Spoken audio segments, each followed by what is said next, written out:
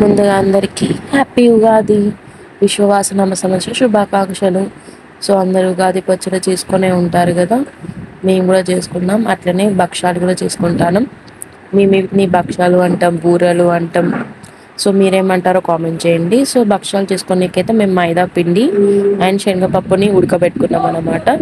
So ఉడికినాక mixie పట్టుకోవాలి మెత్తగా, and బెల్లంతో మనం కలుపుకోవాలన్నమాట.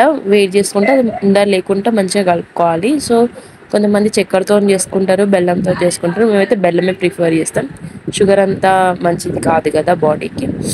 అండ్ మా మమ్మీ అయితే భక్షాలు చేయడం స్టార్ట్ చేసింది అనమాట. పూర్ణం పిండిలో పెట్టి మంచిగా మెత్తగా సన్నంగా చేసుకుంటాం మేమైతే. కొన్ని సైడ్స్ ఇట్లా లావుగా చిన్నగా చేసుకుంటారు.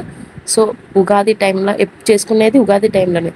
సో నెయ్యితోటే చేసుకుంటాం మేమైతే కొన్ని, అండ్ కొన్ని ఆయిల్తో చేసుకుంటాం. నెయ్యితో చేసినవి అయితే సూపర్ ఉంటాయి, టేస్ట్ అయితే సూపర్ వచ్చినాయి. మీరు చేసుకున్నారా? మీరు ఎలా చేసుకున్నారా అనేది కామెంట్ చేయండి.